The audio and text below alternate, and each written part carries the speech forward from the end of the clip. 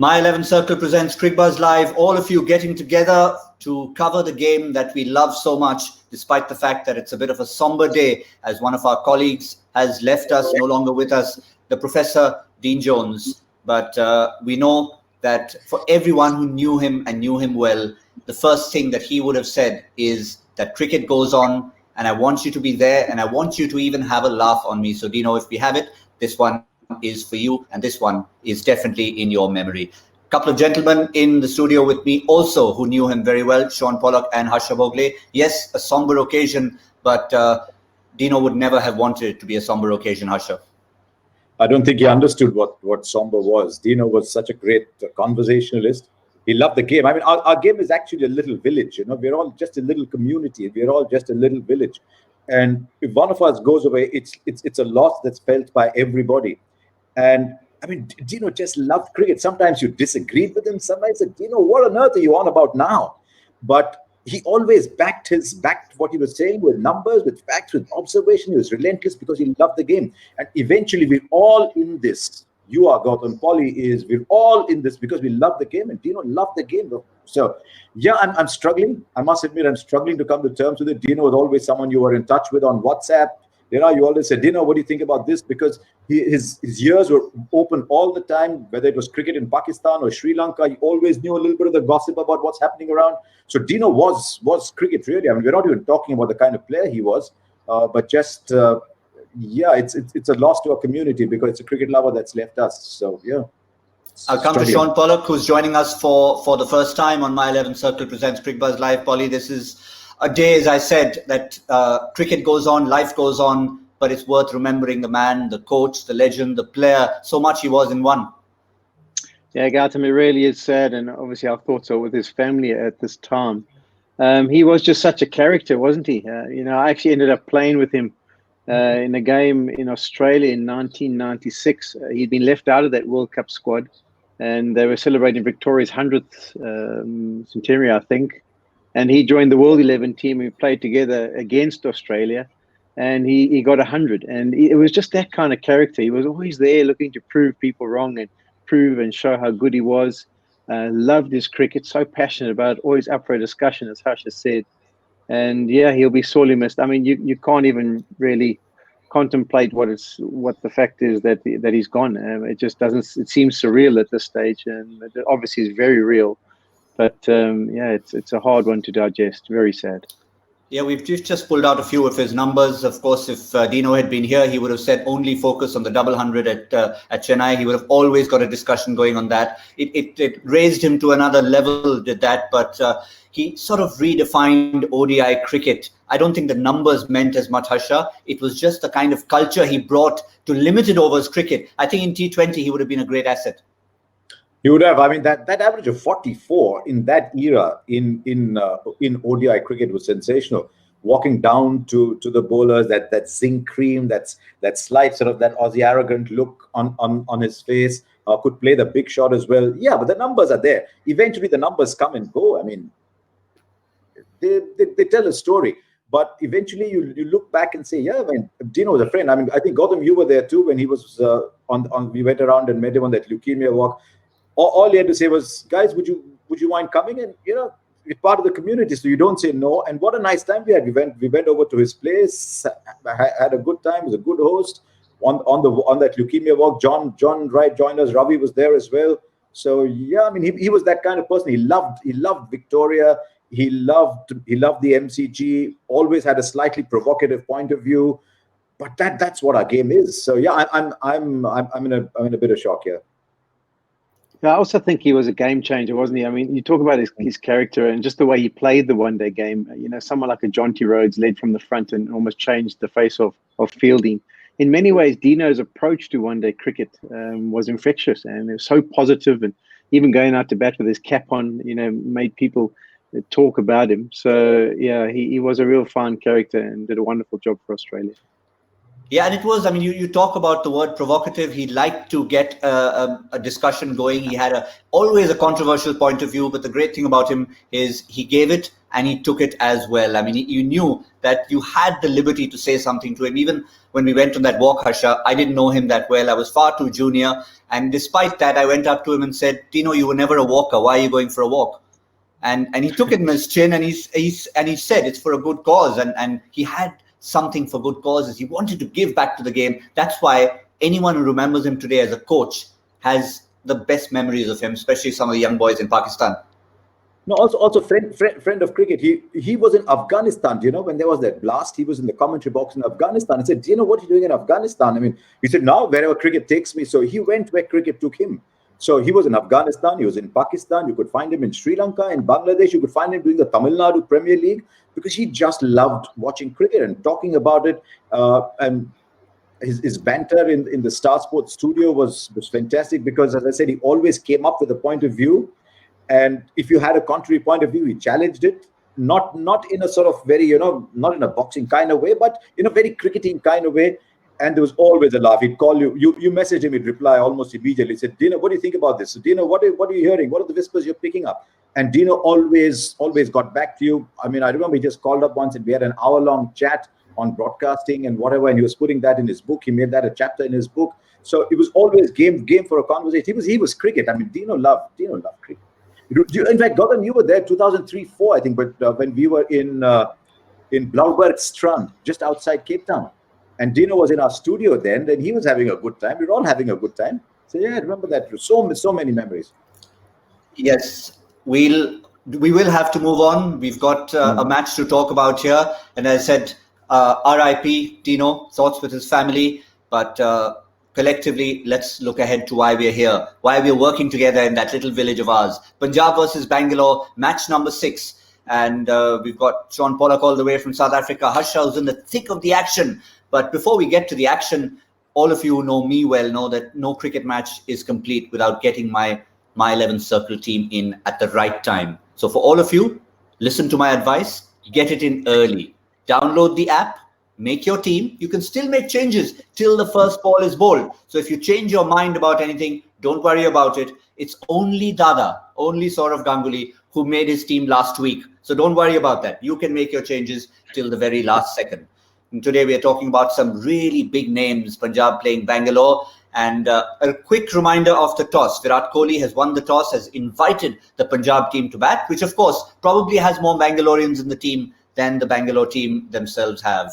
And of course, you can be rewarded as a crorepati every week if you play my 11 Circle. Gentlemen, quick reaction to the toss. Of course, it's obvious that Punjab will have to bat first based on that. Quick look at the team, because they have made a couple of changes. Yeah, I mean, if you remember, we said in our preview that it'd be very tempting for them to find some way of playing Maxwell and Neesham together. But I'll tell you what, if they're looking Chris Gayle in the eye, they'll have to find a very solid reason for telling Chris Gayle you're not playing today, given his record. But very tempting to play Maxwell and Neesham both. So Maxwell, Pura and Neesham, that's a lot of strength in that batting. Just look at the bowling then. Shami, Cottrell. You've got a third seamer. Who's the third seamer? There's Neesham. And then you're looking at spin with two leggies and Maxwell. Here's the interesting thing, though. I'd love to get Paulie's point of view on it as well, which is that every team that wins the toss wants to field first, but teams batting first are doing all right, Yeah, it has been surprising. I think the due factor is obviously dictating terms. People are considered whether it's going to have an impact, and you'd rather go with conditions that I think Bangalore in their history just love chasing too. So there's no surprise if Virat wins the toss, it's invariably will bat second. And I think these bigger stadiums are going to help them. In the past, trying to defend the scores they put on or trying to chase the scores down, the small ground has had an effect in Bangalore. And I think with these bigger ones, they really do back their abilities. But for me, it's going to be interesting to see how Kings 11 bounce back from that loss. Wow. That one must have hurt. And, as a team in the IPL, you will take body blows. But I think if we just look at the history of Kings 11 and all the issues they've had over the years and not being able to sort of get to the end and win the tournament or even get into the semis often, to have that body blow at the start of the tournament, sure, it's going to be a tough one to bounce back from. If Mumbai or Chennai had that kind of defeat, you'd expect them to bounce back. But for Kings 11, we're really going to have to watch and see how they go today, because it's going to show what sort of character we can expect from them the rest of the tournament. But Harsha, we often talk about a good toss to lose. Now, talking about the fact that, yes, if you win the toss as a captain, you're almost committed to fielding first. But so if you lose the toss, you go out there with a fresh mind, go and bat, put some runs on the board? Is it sometimes just helpful?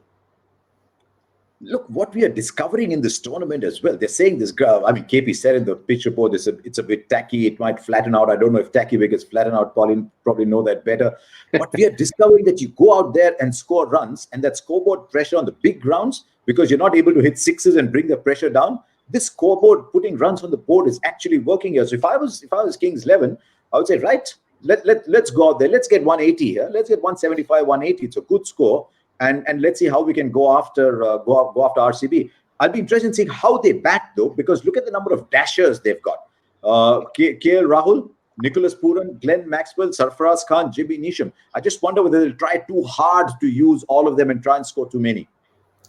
Well, the other person who they don't have, talking about going hard, and of course he was asked about it at the toss, is Chris Gayle.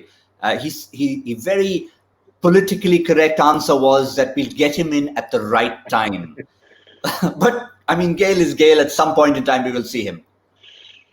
Yeah, I think we will see him. I mean, there's no doubt that, even when you go to sleep as a bowler and Chris Gayle's in the other team, whether he's 30 or 40 or whatever he may be, there's a bit of fear factor that does come through your brain. I think it's got to do with the makeup of their side. You got the two batters in Mayank Agarwal and Rahul at the top of the order. And that's where they can't seem to find a place for him.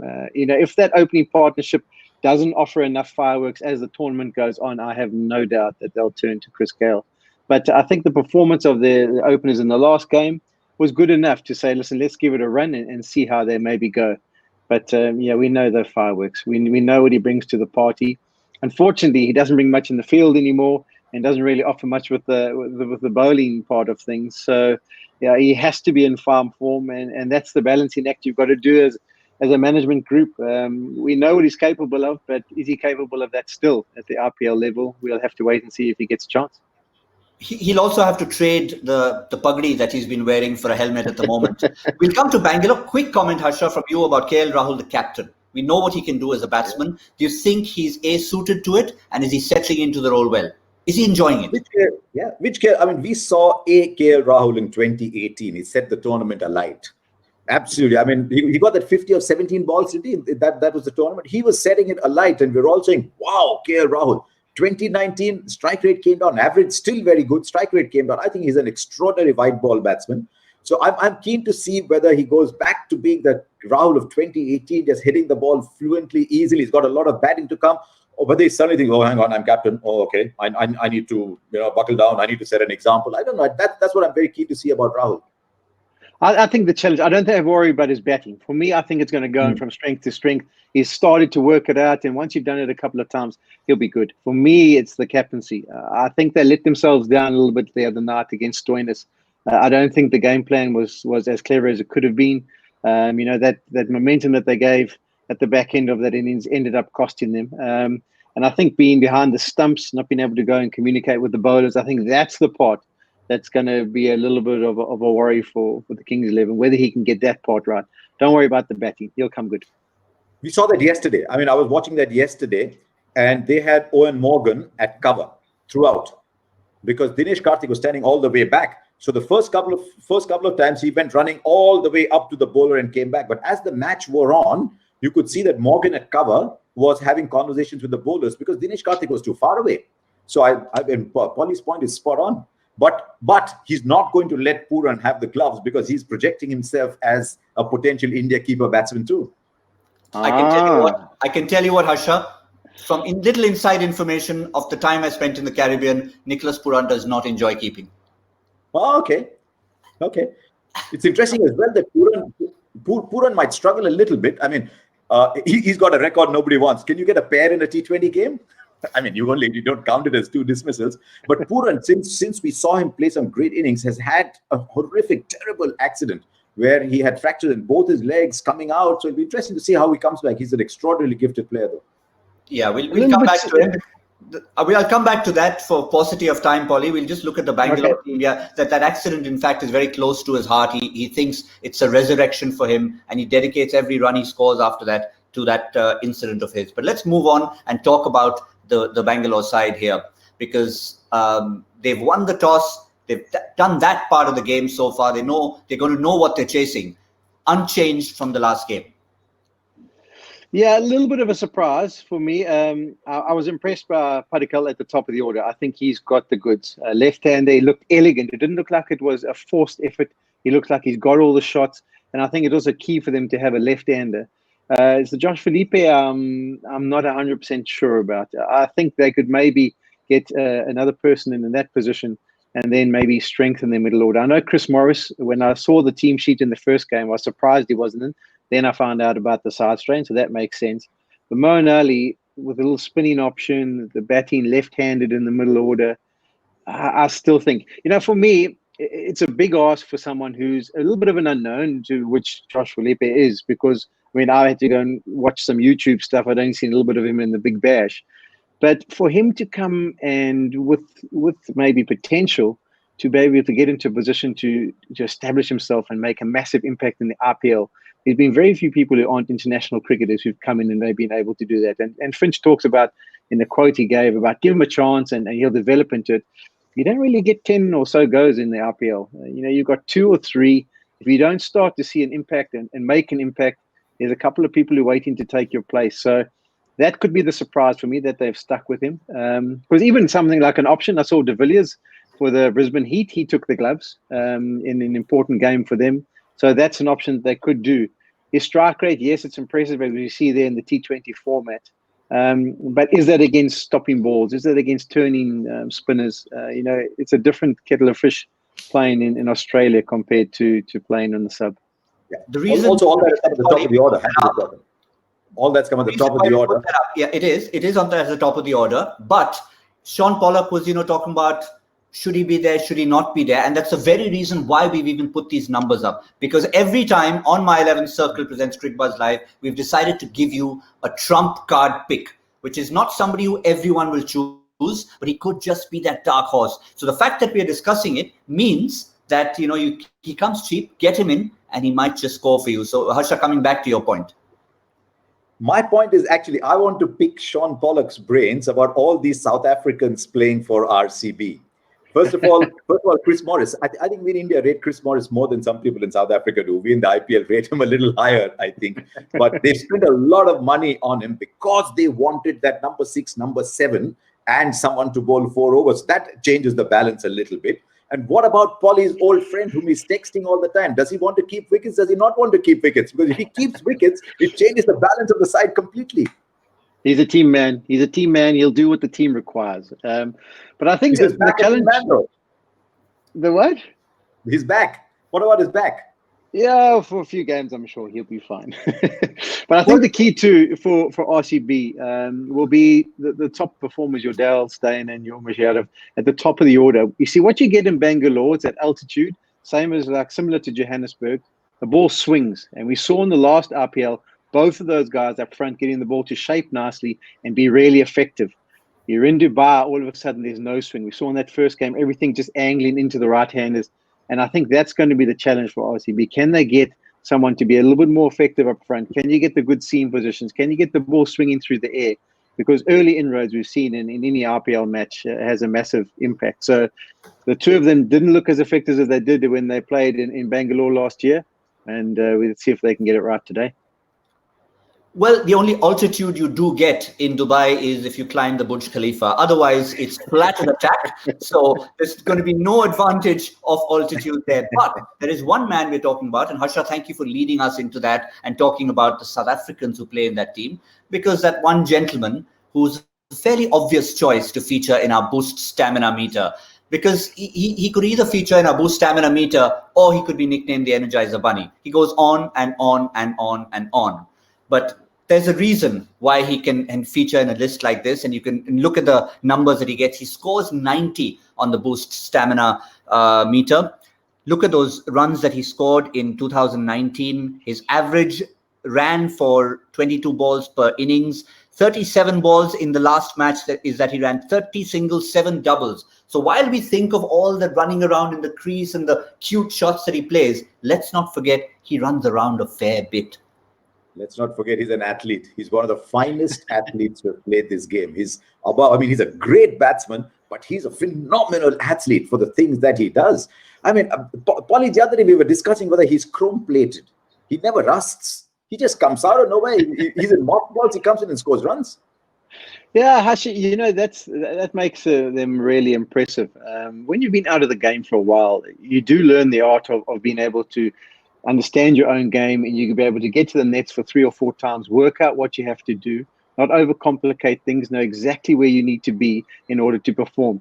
And I think the situation of the game the other day was also good for him. He got in there, he could just knock it around. I think they ran brilliantly over a 3 or 4 over period, but it just got him in. And they're human. They want to get a score under their belts just to make them feel like they're doing their bit and that they've got a bit of form to talk of.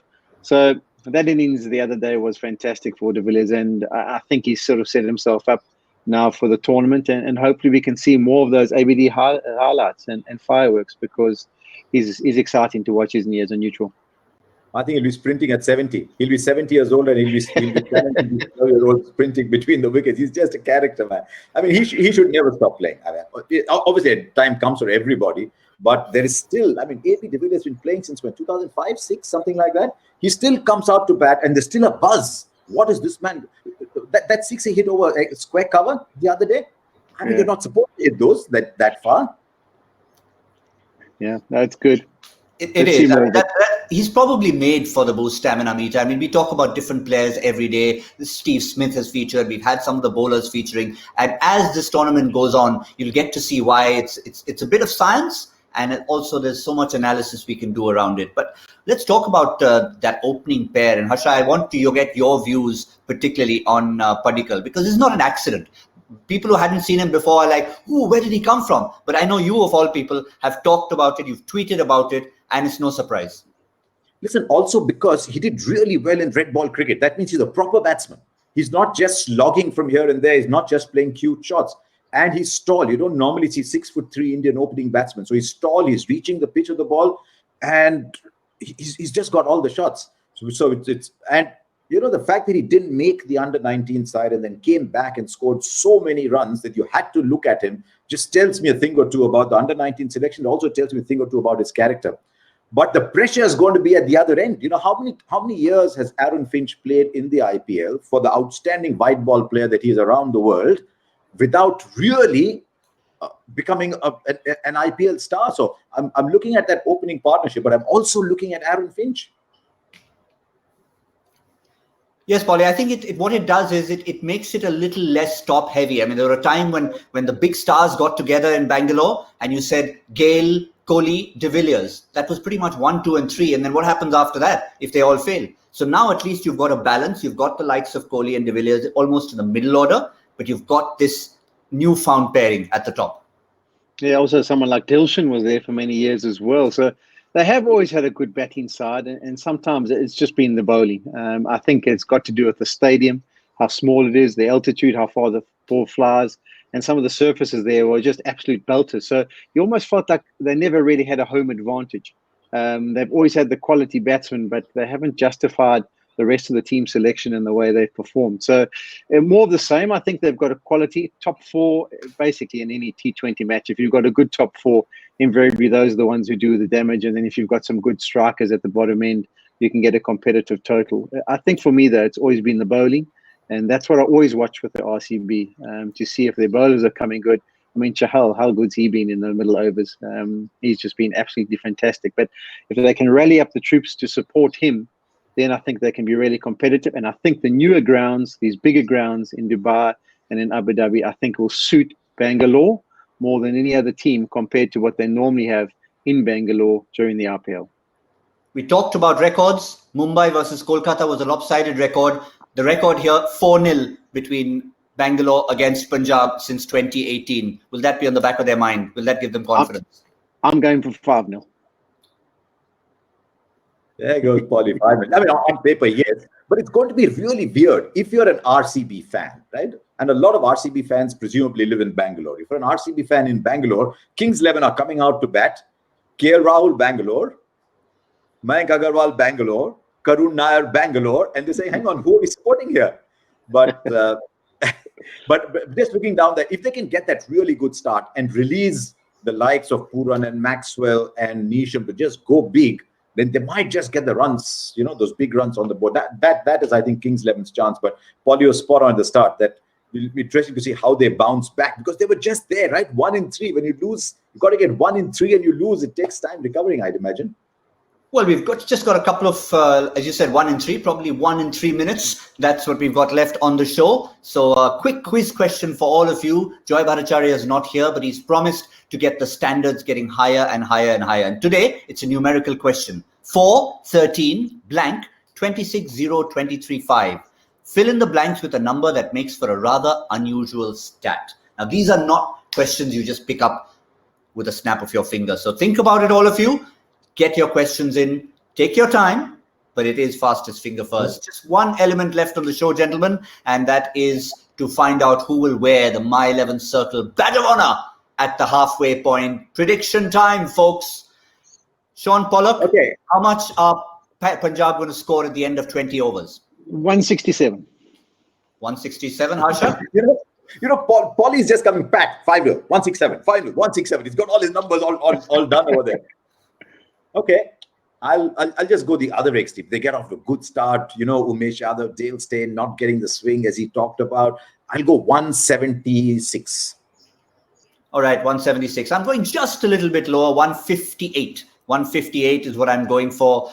Bit of a mixed innings, but the Bangalore bowling have shown that they've got some sort of bite in them. But it doesn't matter what we say. It matters what happens out there. We will come back at the halfway stage to assess everything on Cricbuzz Combox. And of course, we'll come back in the mid-innings to continue our discussion on My 11 Circle presents Cricbuzz Live.